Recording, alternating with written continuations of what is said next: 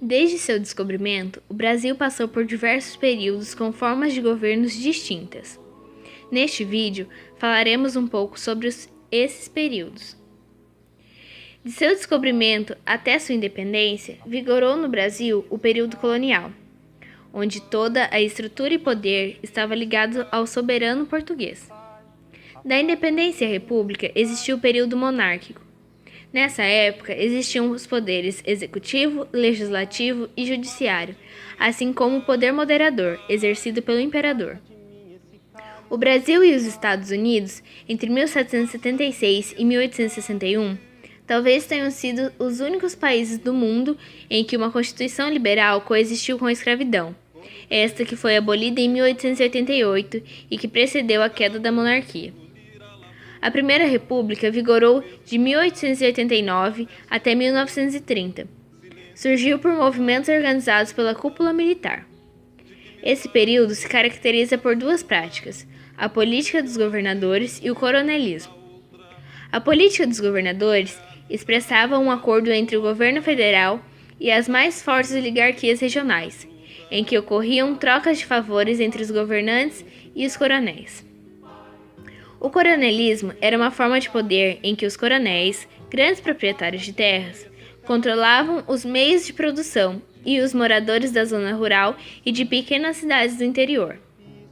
Logo em seguida, um golpe de Estado colocou Getúlio Vargas no poder, onde ficou de 1930 a 1945.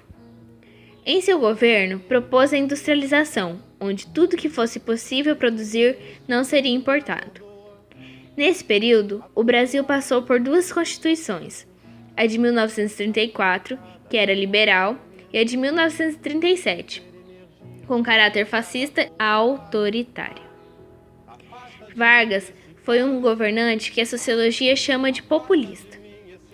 Depois da saída de Getúlio Vargas, iniciou-se o período liberal, em que foram criadas empresas siderúrgicas como a Companhia Siderúrgica Nacional e a Companhia Vale do Rio Doce, e a produção e refino de petróleo foram nacionalizadas com a Petróleo Brasileiro S.A. Com Juscelino Kubitschek, a indústria foi implantada no Brasil, graças à Tríplice Aliança. Seu sucessor, Jânio Quadros, renunciou alegando que forças terríveis o impediam de fazer seu trabalho. Seu vice, João Goulart, teve dificuldades para assumir e no governo tomou medidas que desagradavam aos militares. Por conta disso, em 1964, os militares deram um golpe de Estado e tomaram o poder com justificativa de combater ao comunismo. O primeiro presidente militar foi o Marechal Castelo Branco. Foi em 1967, no governo do general Costa e Silva, que foi criado o AI-5, o mais cruel ato. Ele era responsável pela censura prévia e por cassar todos os direitos civis, dentre outras medidas. No último mandato militar do general João Figueiredo, houve a extinção do AI-5 e a aprovação da Lei da Anistia e a volta do pluripartidarismo. No ano de 1985, iniciou o retorno à democracia. O primeiro presidente civil, Tancredo Neves, morreu antes de assumir, deixando a posição para o seu vice, José Sarney. Foi no governo de Sarney que a Constituição Cidadã foi criada. A inflação nesse período era enorme, mas foi normalizada com o Plano Real, no governo de Itamar Franco. No período Collor-Itamar e Fernando Henrique Cardoso, a política econômica voltou ao neoliberalismo, tendo como algumas características a privatização de empresas estatais, livre atuação bancária, limite nas horas de trabalho e escolas privadas em todos os níveis. No governo Lula, que sucedeu a Fernando Henrique, foi mantida essa política econômica, mas, em contrapartida, ampliaram-se as políticas de redistribuição de renda, o salário mínimo aumentava acima da inflação e empregos estáveis foram criados, assim como os programas Bolsa Família e Fome Zero. Escolas foram criadas, mas isso não significava que o ensino era de qualidade. Em 2011, assumiu a presidência Dilma Vana Rousseff, continuando os planos de Lula.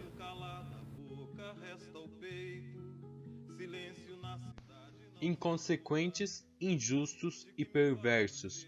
Esses militares baniram do Brasil pessoas bem-intencionadas que queriam implantar aqui um regime político que fazia a felicidade dos russos, cubanos e chineses, em cujos países as pessoas se reuniam em fila nas ruas apenas para bater papo, e ninguém pensava em sair a passeio para nenhum outro país. Foram demasiadamente rigorosos com os simpatizantes daqueles regimes, só porque esses, que os milicos, em flagrante exagero, chamavam de terroristas, soltaram uma bombinha de São João no aeroporto de Guararapes, onde alguns inocentes morreram de susto apenas. Os militares são muito estressados, fizeram tempestade em copo d'água só por causa de alguns assaltos a bancos, sequestros de diplomatas, ninharias que qualquer delegado de polícia resolve. Tiraram-nos o interesse pela política, uma vez que os deputados e senadores daquela época não nos brindavam com esses deliciosos escândalos que fazem a alegria da gente hoje. De mim esse cálice de vinho tinto de sangue.